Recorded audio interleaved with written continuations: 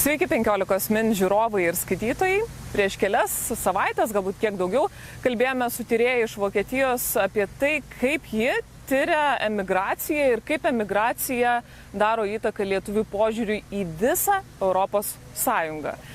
Ir pasirodo, pokalbio metu išaiškėjo, kad ta tyrėja yra ukrainietė. Ukrainietė, kuri studijuoja doktorantūrą ir dirba Vokietijoje. Taigi, puikiai proga, kol ji yra čia Lietuvoje, pasikalbėti su ja, nes kiekvieno ukrainiečio istorija dabar yra itin svarbi, kad mes nepamirštume, koks žiaurus karas vyksta Ukrainoje, kurį sukėlė Rusija. Taigi, kalbame su Kseniia Cherniak. Hello, Kseniia. Hi. Okay, so we will walk a little bit and I will ask you some questions. So, first of all, why you are here in Lithuania? Okay, so I'm a research fellow and a doctoral student in Universitete of Flensburgo in Germany, and here I'm collecting data for our project. So I'm doing interviews and also collect some media data. And how you are related to Ukraine? So I'm Ukrainian myself. I was born in Ukraine and lived there for 22 years. Okay. So it's my homeland. Okay, so how long you've been living in Germany, in Flensburg? So I don't live in Flensburg, I live in Berlin, and I lived there already for more than 3.5 years. So I came there for studying. So you know a little bit about German? Yeah, about German and Germany. Okay, and talking about Ukraine, from which city or county you are from? I'm from Charkivo. Who still doesn't know, it's in the East Ukraine, 40 kilometers away from Russian border. It's very near. Yeah. And do you have any relatives that are still in Ukraine, in Kharkiv or anywhere else? So my grandparents are staying there. My grandma, she's staying in the city, and my grandpa, he's now living in his village house, like a couple of dozens kilometers away from the city. Okay, and how they are doing now? So they are doing okay. So they are more or less safe. Like there are some volunteers who come and bring them food. At my grandpa's village, a lot of people left there, so his neighbors also helping him with some issues that he cannot solve on his own. And why they haven't left? Oh, they didn't want. I think it's very common for older people. I know really very less elderly people who left their homes. Mostly they stay like, no, it's my apartment, it's my city, and I will stay here. And have you any connection now with them? Yeah, you call maybe or? Yeah, so I call them like once or twice a week to know how they're doing. Yeah, of course. What do they tell? Usually they tell, okay, like my grandpa, he's always busy in village, he always have something to do. So he's like, okay, I have to go, I have some stuff to do. And my grandma, she's like sometimes better, sometimes worse, but I think in the city it's still not so safe. So she more gets when there's like bombarding going on or something, so for her it's more present than. Okay. And do they feel safe in general? I'm not sure. So my grandpa, because he doesn't really hear this a lot, for him it's okay, he distance from the situation, and my grandma, I don't think that she really feels safe. But she is dealing with it. And what about you? Please, just if you could remember those first days of war, 2022, what were you thinking? What was in your head? What you felt? Yeah, so like first day I remember pretty well. because like I woke up as usual, I went to the shower, it was like normal Thursday, and then I go like to have breakfast, and my boyfriend tells me that our friend wrote him that my home city is being bombarded, and I'm like, is it a bad joke?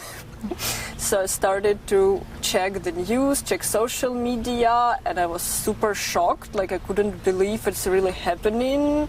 I directly called my mom, called my grandparents, was writing all my friends, and like first days they were totally like out, so you couldn't work, couldn't think about something.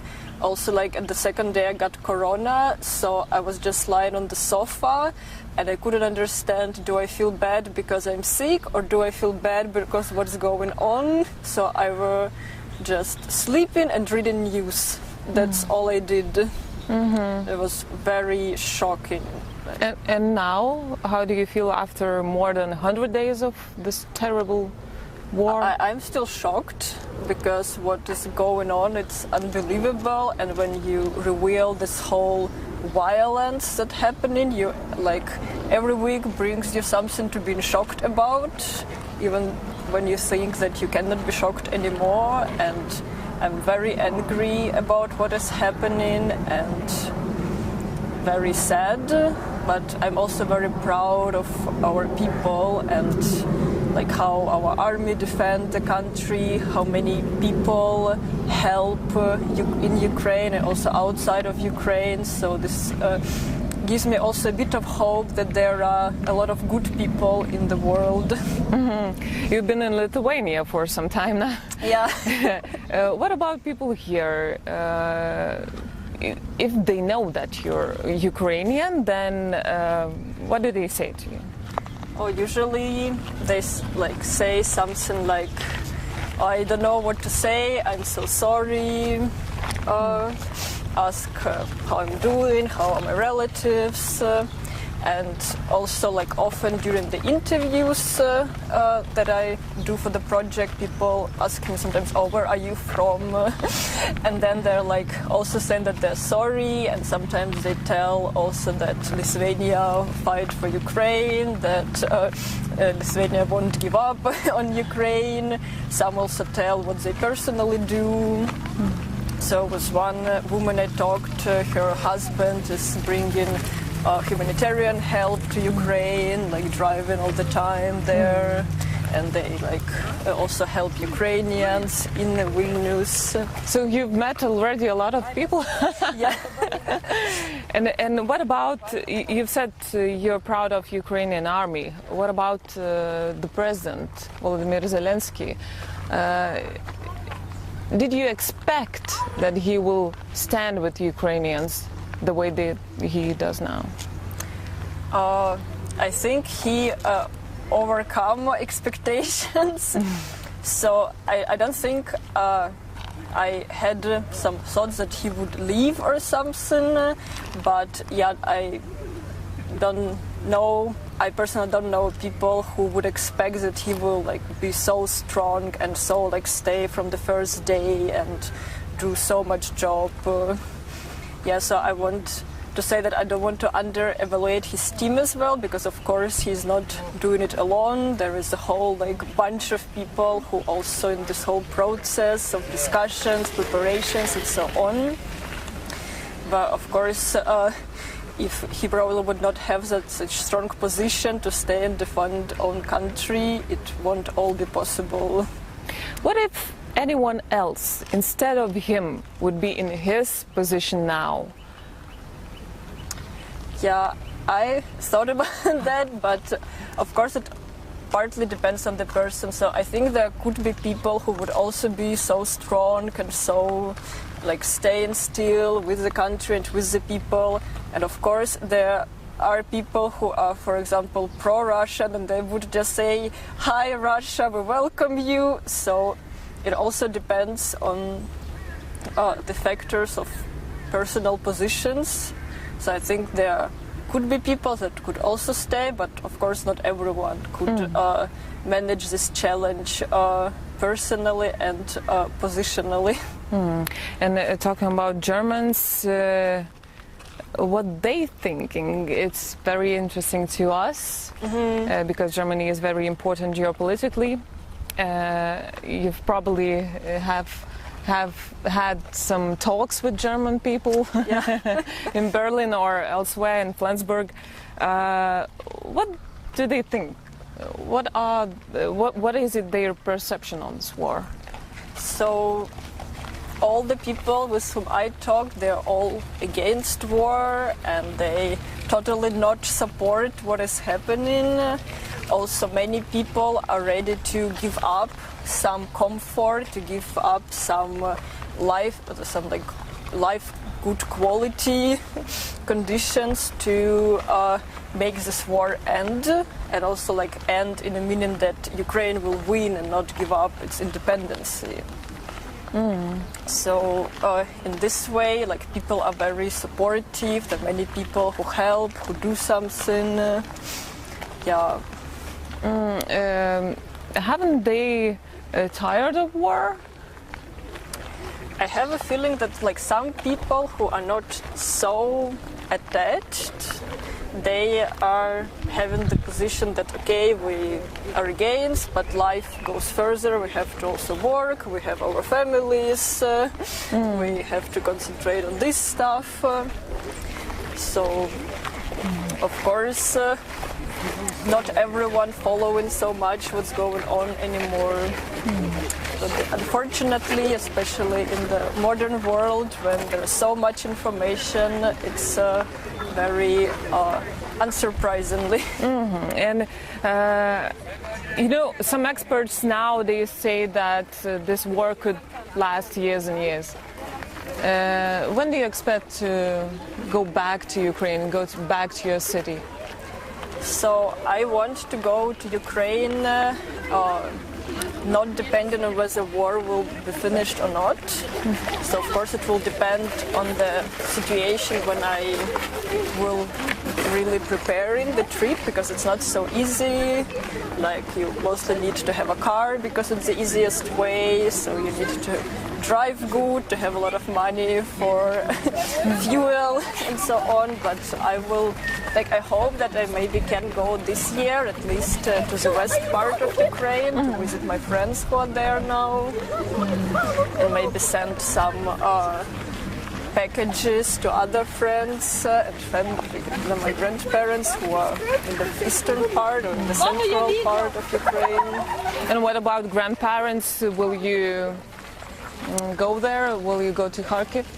So it will depend on the situation, because it's not so easy to get to Charkiv. So for example, from Lithuania there are like many buses going every day to Lviv. But then to Charkiv you need another 12-hour ride with a car or something, and it's not the safe part of the country, so it will all very depend on the situation at that point of time. What about your friends? You mentioned that you have friends and you want to visit them in Lviv maybe. What stories they have? Maybe something you remember now? You mean of their living? Leaving or staying? I don't know. Maybe some of them are staying here. There, sorry. Yeah, so most of friends, they left Charkiv because it was unsafe. It was like mostly first or second week of the war. And they have all like homesickness and really wanna go back. But it seems like they have to build now their life in West Ukraine. So some got back to take some stuff, clothes. There's a lot of noise here. We'll just walk a little bit. And talking about people who are already tired. I know it's as sad as it is, some people are tired of war now, and we encourage to donate to Ukraine, to Blue Yellow or other organizations. But what would you tell them to make them stay up and help Ukrainians as they did months or weeks ago to keep this spirit? Yeah, so in my opinion, and I also tell it to many people, that they may not feel that war is close because it's some like Ukraine is big country and war is happening mostly in the east and south of Ukraine, but even it feels not close, it is actually close. Like you notice, like fuel get more expensive, prices are raising, some products will will be in deficit, and this all is effects of war, and it will not get better. So even I think people who says that war doesn't have to do something with me, they just don't want to accept reality. That maybe they're not being bombarded, they didn't lose their houses, but their quality of life and safety very much are affected by the war. Thank you, Kseniia, for your time and your stories. Thank you for the talk. Thank you too. Taigi kalbėjome su Kseniia Cherniak, ji yra tyrėja iš Vokietijos, bet ji yra ukrainietė. Ir čia Vilniuje susipažinome su ją, pasikalbėjome apie karą Ukrainoje ir kaip jos giminės gyvena, kaip jos draugai, kada jie tikisi grįžti į Ukrainą. Tiek šioje laidoje. Iki.